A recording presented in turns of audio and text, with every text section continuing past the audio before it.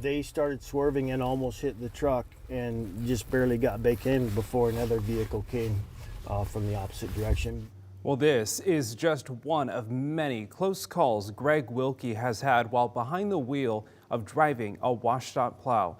Last week alone, we told you about 2 plows that were hit in 48 hours. When plows are hit, they are taken out of commission, which means one less resource out to clear the roads. So I took a closer look to see what's causing this dangerous behavior.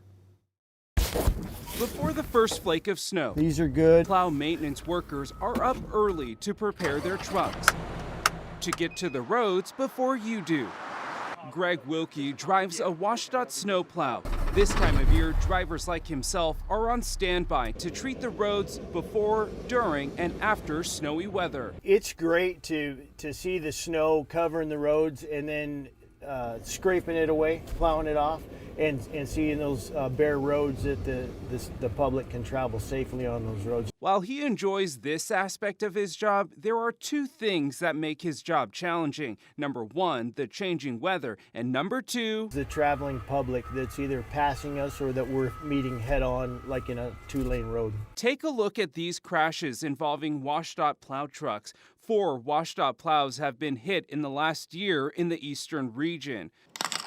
A head-on collision, a rear-end crash, and an alleged drunk driver did this. This is the Transportation Equipment Fund at WSDOT East, where damaged plows are being repaired. Since 2020, there's been 15 reported plow strikes that caused damage in the eastern region alone. 15 strikes in 3 years.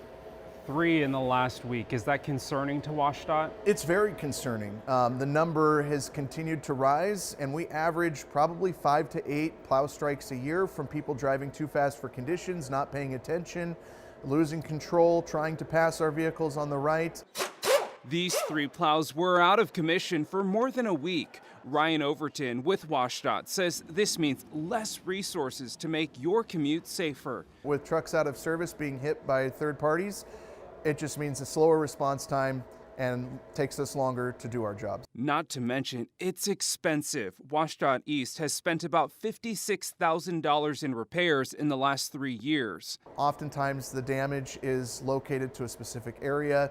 A lot of it's made of steel, so it takes the impact very differently than vehicles do. So what's changed and why are so many plows being hit? Overton says the pandemic changed habits with less people on the roads and driving faster. During the pandemic, people were going at significantly higher speeds because there were less people on the roads. Those trends have continued with the higher speeds, making road conditions dangerous, which is the opposite of what plow drivers are trying to accomplish.